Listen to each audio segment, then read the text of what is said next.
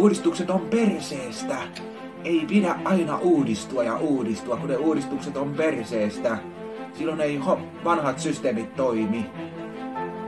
Täällä vaan juhlii rikkaat ja kaikki tällaiset. Ja sitten kaikki tämmöiset vähän köyhemmät, niin niille ei onnistu mikään.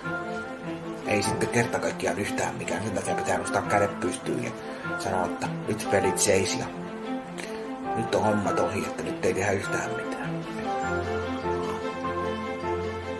On se vaan niin toi EU niin perseestä, että se tekee toisia saatanan lakeja, että pitäis mennä vetää vastapalloa. Sitä mitä vittua te meinaatte tosta, että laitteet pitää itsestään sammua ja ei se tarvii saatana itsestään katkea se kahvipannu pois päältä. En tiedä kenen päättäjän viinapäissään toikin juttu on tehty punaviinipäissään. Juttu, että pitää olla näin, mutta ei siitä sen enempää. Suomi on niin suolainen maa, että ei mitään rajaa.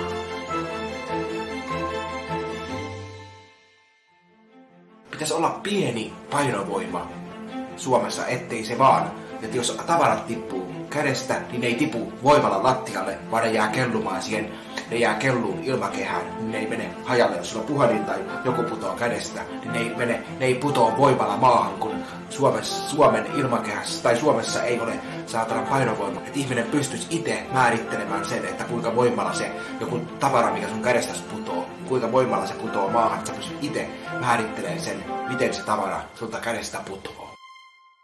Tämä maksoi 13,71 €. Tällaista.